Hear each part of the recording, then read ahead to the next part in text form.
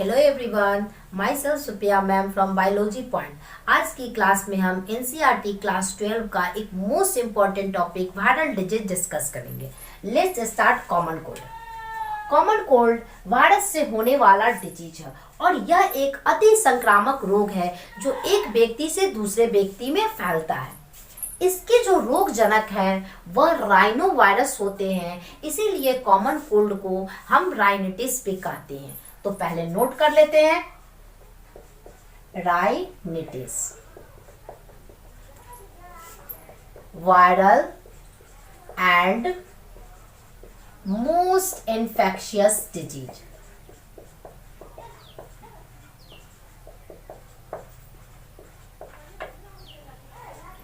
अगर हम इसके रोग जनक की बात करें तो इसके रोग जनक राइनो वायरस होते हैं।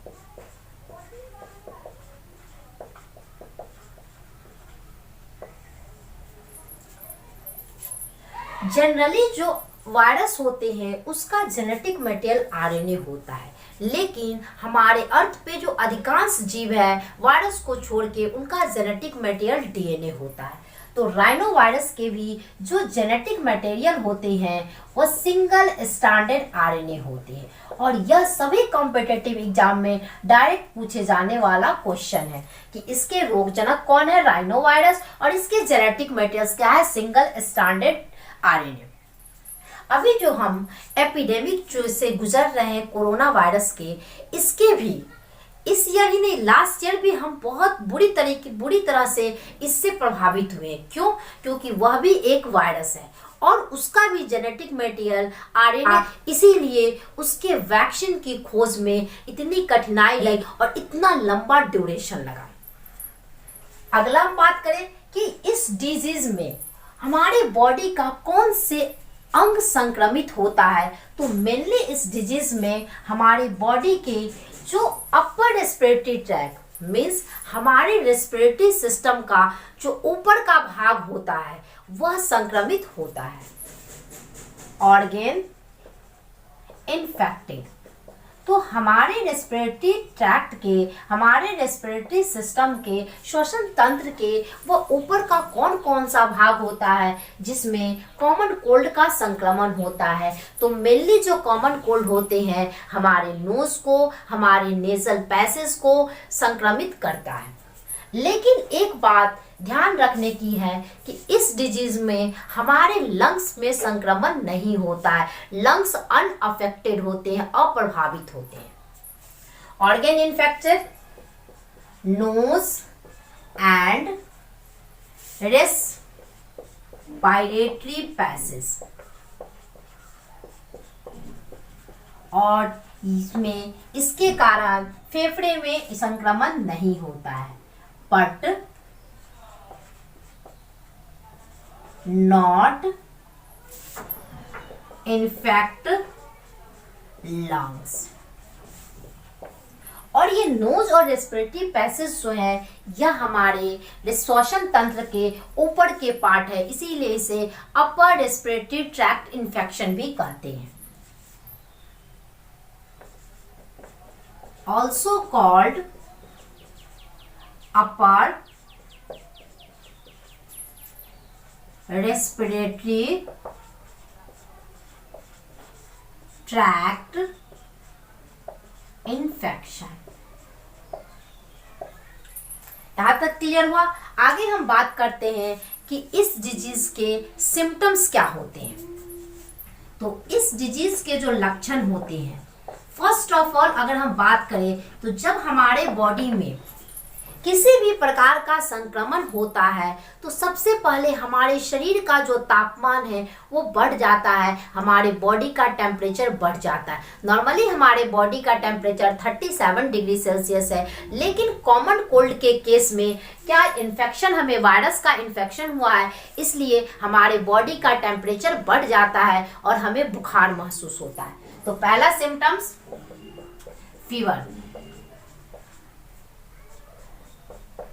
और जब हमें फीवर होता है तो हमें सिर दर्द होता है, हेडेक,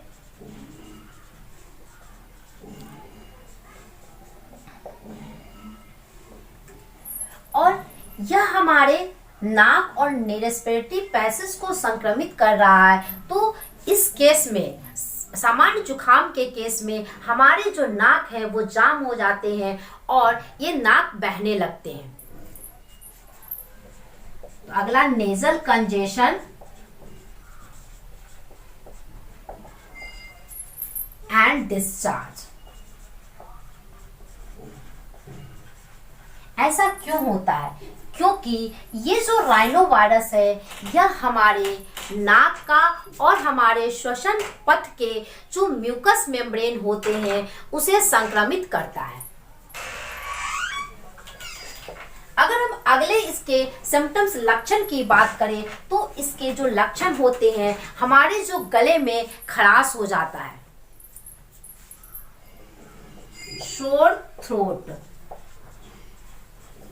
और इसके कारण जो हमारा आवाज होता है, हमारा जो वॉइस होता है वो परिवर्तित हो जाता है। और ऐसा मानो कि हमारा आवाज हो जाता है, फटा आवाज हो जाता है।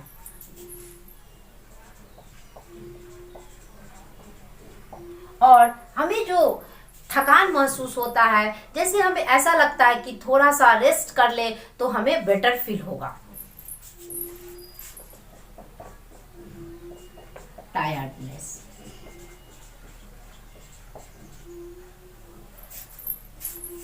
ये मेन कॉमन कोल्ड के सिम्टम्स हैं।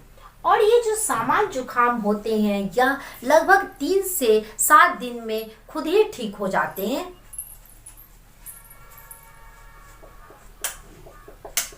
Which usually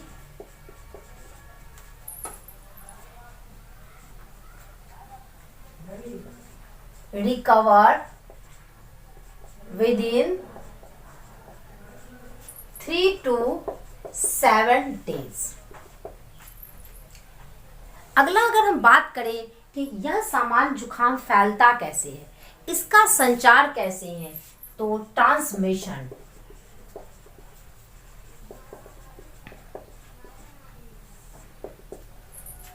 सामान्य जुकाम खांसने छींकने से फैलता है। जैसे अगर संक्रमित व्यक्ति खांसा छींका, उसकी जो बूंदा ड्रॉपलेट्स निकले, अगर कोई स्वस्थ व्यक्ति उसे हवा के द्वारा इनहेल कर लेता है तो उसे इसके संक्रमण होते हैं। तो ऐसा कह सकते हैं कि सामान्य जुकाम में जो इन्फेक्शन होता है वो एयरबॉर्न होता है, या इसे हम ड्रॉपलेट इन्फेक्शन कहते हैं। और यह जो इन्फेक्शन होता है संक्रमित व्यक्ति के वस्तुओं के संपर्क में आने से भी इस डिजीज के संक्रमण होता है। तो जब हमें संक्रमित व्यक्ति के वस्तुओं से होता है तो वैसे संक्रमण को हम फॉर्माइट इन्फेक्शन कहते हैं। तो इसका ट्रांसमिशन एयरबॉर्न या ड्रॉपलेट इन्फेक्शन, और इसे हम ड्रॉपलेट इन्फेक्शन भी कह सकते हैं। ड्रॉपलेट इन्फेक्शन या फोमाइट इन्फेक्शन।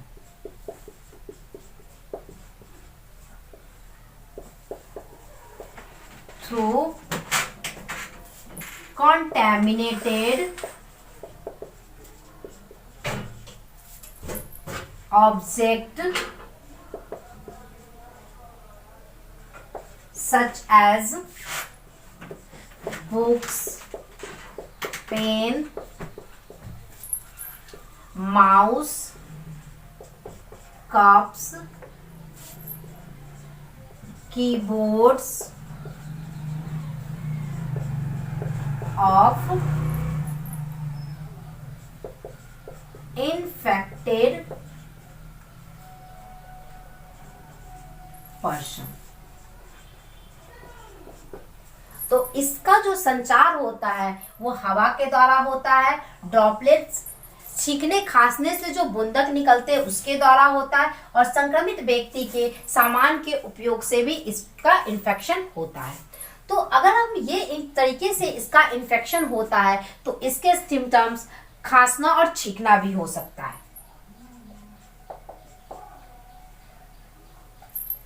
कफिंग,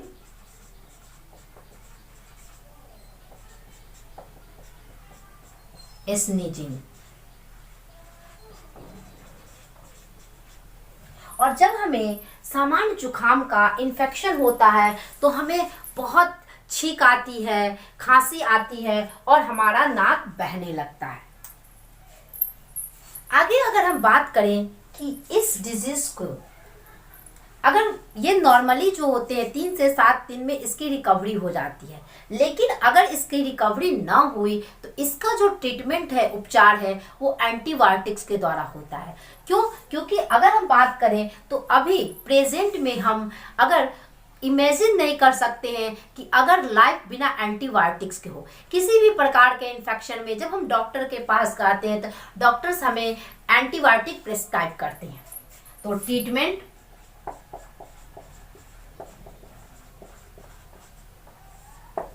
एंटीबायोटिक्स, प्रतिजैविक के द्वारा इसका उपचार होता है।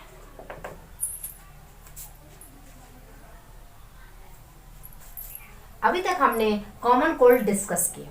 इसी से मिलता जुलता एक डिजीज है इन्फ्लुएंजा। और इन्फ्लुएंजा जो डिजीज होते हैं, जो फ्लू होता है, इसके सिम्टम्स ऑलमोस्ट सेम होते हैं कॉमन कोल्ड के सिम्टम्स के जैसे होते हैं, ऑलमोस्ट सेम होते हैं कॉमन कोल्ड के सिम्टम्स के। तो इन्फ्लुएंजा यह भी वायरल डिजीज है और यह भी इन्फेक्शियस डिजीज है। वायरल एंड इन्फेक्शियस डिजीज, यह भी इन्फ्लुएंजा फ्लू भी है, विषाणु से होने वाला संक्रामक रोग है और यह भी बहुत तीव्र गति से एक व्यक्ति से दूसरे व्यक्ति में फैलता है। अगर हम इसके पैथोजन रोग जनक की बात करें तो इसके जो रोग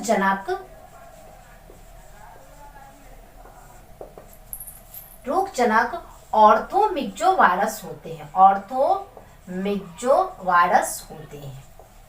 लेकिन जैसा कि हमने बताया, वायरस का जेनेटिक मटेरियल अधिकांशतः आरएनए होता है। तो इन्फ्लुएंजा के जो वायरस होते हैं उसके जेनेटिक मटेरियल भी सिंगल स्टैंडर्ड आरएनए होते हैं, कॉमन कोल्ड की तरह। तो इसका भी जेनेटिक मटेरियल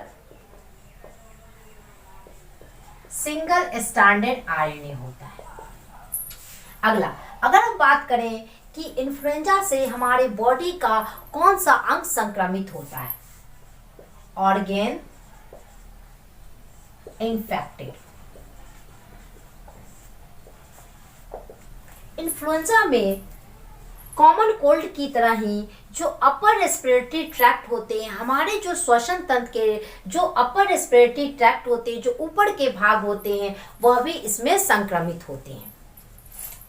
अफेक्ट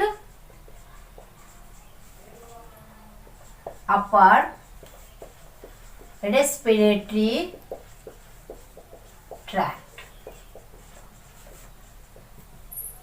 अगला, अगर हम बात करें इसके सिम्टम्स के, तो इन्फ्लुएंजा के जो सिम्टम्स होते हैं वह लगभग कॉमन कोल्ड के सिम्टम्स के समान होते हैं, लेकिन कुछ डिफरेंस होता है। सिम्टम्स सभी सिम्टम्स कॉमन कोल्ड के सिम्टम्स के समान होते हैं, लेकिन जो इन्फ्लुएंजा के जो पेशेंट होते हैं उनके मांसपेशियों, उनके जोड़ों में दर्द होता है। और ये जो सिम्टम्स हैं वह कॉमन कोल्ड से अलग है। मसल्स एंड जॉइंट पेन होती हैं और बाकी सिम्टम्स कॉमन कोल्ड के सिम्टम्स के समान होते हैं। अगर इसके ट्रांसमिशन की अगर बात करें हम इन्फ्लुएंजा के, तो यह भी इन्फ्लुएंजा कॉमन कोल्ड की तरह ही एयर ड्रॉपलेट इन्फेक्शन है, मीन्स हवा के द्वारा फैलता है। अगर कोई संक्रमित व्यक्ति खांसता है, छींकता है, तो छींकने से जो ड्रॉपलेट्स निकलते हैं, बूंदक निकलते हैं, अगर कोई स्वस्थ व्यक्ति हवा के द्वारा उसे इनहेल कर लेता है तो उसे इसके इन्फेक्शन होते हैं। दूसरा, संक्रमित व्यक्ति के वस्तुओं के संपर्क में आने से भी इन्फ्लुएंजा का इन्फेक्शन होता है। तो ट्रांसमिशन, इसका भी संचार एयर ड्रॉपलेट्स, मीन्स यह भी एयरबॉर्न डिजीज है, या फोमाइट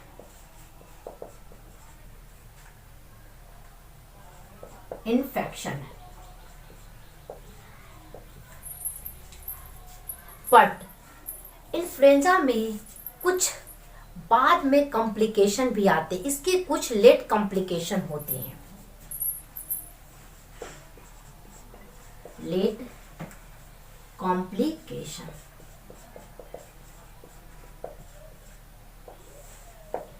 अगर कोई व्यक्ति लंबे समय तक फ्लू से संक्रमित है, इन्फ्लुएंजा से संक्रमित है, तो उसे ब्रोंकाइटिस भी हो सकता है, मीन्स उसके फेफड़े में सूजन हो सकता है, तो या उससे निमोनिया भी हो सकता है। निमोनिया मीन्स उसके जो एल्वियोलाई हैं, जो वायु कोष्ठ है, उसमें तरल भर सकते हैं।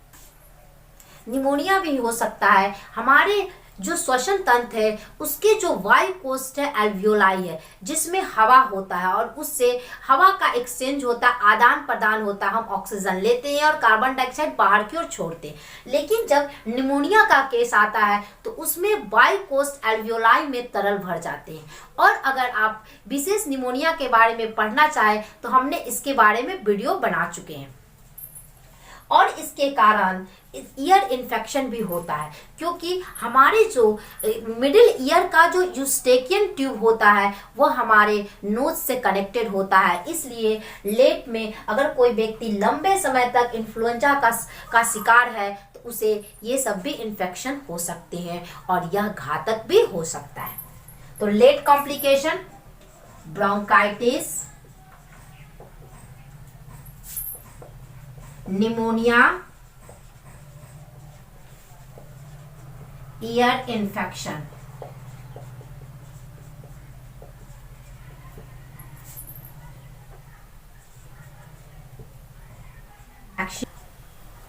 हमारे लिए खुशी की बात है कि जो इन्फ्लुएंजा के वैक्सीन अवेलेबल है। और अगर थोड़ा डिटेल में समझे तो हमने सुने होंगे ये स्वाइन फ्लू, यह भी एक इन्फ्लुएंजा फ्लू जो है वह एक इसके एग्जाम्पल है इन्फ्लुएंजा के, स्वाइन फ्लू। अगर हम बात करें स्वाइन फ्लू, ये जो स्वाइन फ्लू होता है वह H1N1 वायरस के कारण होता है। और यह इसे स्वाइन फ्लू इसलिए नाम दिया गया क्योंकि इसे पिग में भी देखा गया, सुअर में भी देखा गया, सीन इन पिग्स। और इधर ध्यान देने योग्य बात है कि बहुत अधिक क्वेश्चन पूछे जाते हैं कि स्वाइन फ्लू के वायरस कौन होते हैं, H1N1 वायरस। अभी हम लोग पढ़े कि जो स्वाइन फ्लू होता है वो H1N1 वायरस के कारण होते हैं। और यह इसे स्वाइन फ्लू नाम इसलिए कहा गया क्योंकि यह जो डिजीज है वो पिग्स में, सुअर में देखा गया। और यह जो स्वाइन फ्लू बहुत इंपॉर्टेंट है, इससे कॉम्पिटिटिव एग्जाम में डायरेक्ट क्वेश्चन आता है। उसके प्रीलिम्स में क्वेश्चन पूछा गया था कि कॉमन कोल्ड और निमोनिया में क्या अंतर है। जो कॉमन कोल्ड होते हैं उसमें जो इन्फेक्शन होता है, संक्रमण होता है, वो हमारे जो रेस्पिरेटरी सिस्टम के, श्वसन तंत्र के अपर रेस्पिरेटरी ट्रैक्ट का इन्फेक्शन है। मीन्स हमारा जो श्वसन तंत्र के जो ऊपर का भाग होता है, जिसमें नोज रेस्पिरेटरी पैसेज आते हैं, वह संक्रमित होता है। दूसरा, अगर हम निमोनिया की बात करें तो निमोनिया जो डिजीज होते हैं उसमें जो इन्फेक्शन होता है वह लोअर रेस्पिरेटरी ट्रैक्ट का इन्फेक्शन है। मीन्स हमारे जो श्वसन तंत्र के जो नीचे के भाग होते हैं, जिसमें ब्रोंक्यूल्स, एल्वियोलाई, वायु कोष्ठ आते हैं, उसमें इसका संक्रमण होता है। और यह कॉमन कोल्ड और निमोनिया के बीच का मेन डिफरेंस है। आई होप आज आपका कॉमन कोल्ड, इन्फ्लुएंजा फ्लू और कॉमन कोल्ड और निमोनिया के बीच का डिफरेंस क्लियर हुआ। आज के लिए इतना ही, आपसे अगले वीडियो में मिलते हैं। Thank you.